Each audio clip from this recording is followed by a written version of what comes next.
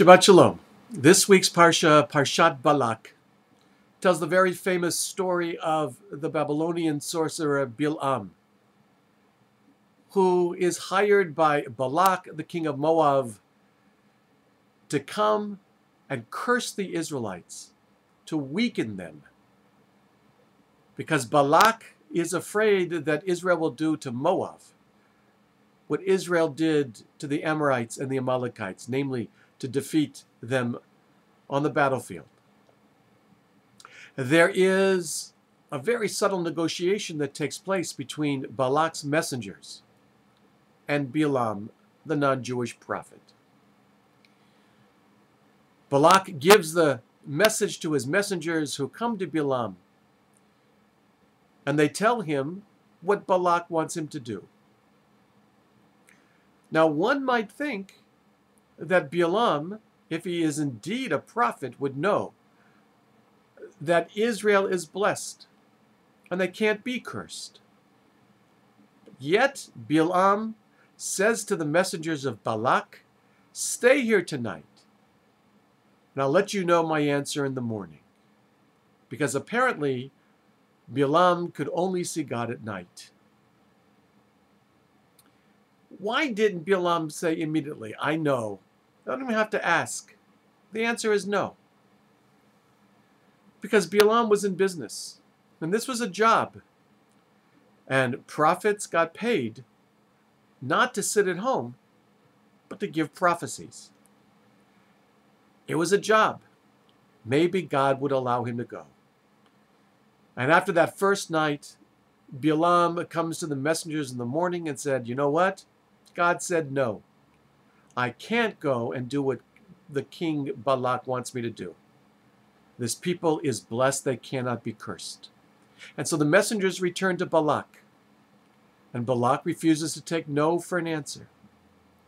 So he sends more messengers, greater in number, higher in stature than the first group of messengers.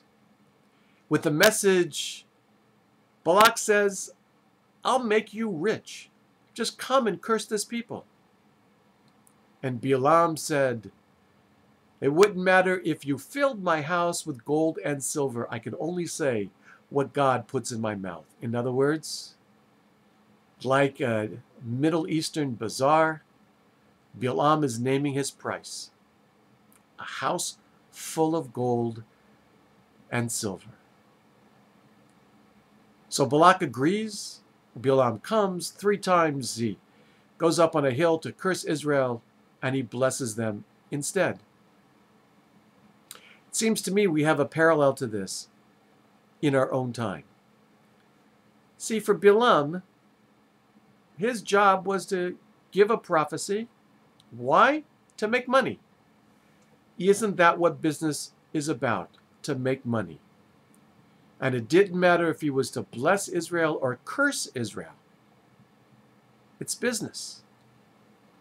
We've just lived through a devastating economic period where we had bankers who figured out a way to make some really fast money.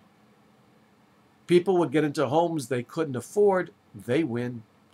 The banks would make gazillions of dollars. They win. And in the short term, everyone is blessed.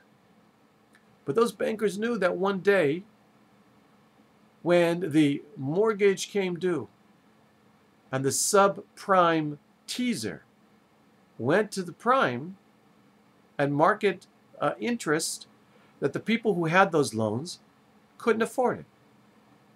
So instead of saying no at the outset, they said, "It's business. Let us make the money now. We'll have houses full of gold and silver. And what happens later on will take care of itself." The difference, of course, is Bilam came to curse and ended up blessing Israel.